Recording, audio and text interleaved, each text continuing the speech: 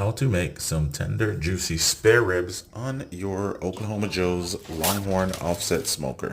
So this is the reverse flow Longhorn, and I'm going to do a couple racks of spare ribs, and we're going to get our fire started up. I use a half a chimney of charcoal and a couple wood splits to start. You want to let your smoke get nice and clear, so shut your grill down and let that heat up about 30 to 45 minutes.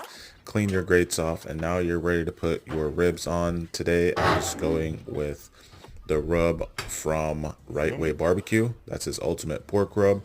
Let that thing continue to go. We're trying to smoke 250. Between 250 and 275 is where I want to cook my ribs at. 2.5 hours in, if you want, you can go ahead, pull them off and wrap them up. These days I do not wrap my ribs anymore, but these are some wrapped up ribs, and when I wrap them I do not put anything on them. Let them cook until they are bending like that. Just about 4 to 4.5 hours you should be done. And now enjoy your ribs. Make sure you follow for more. Subscribe.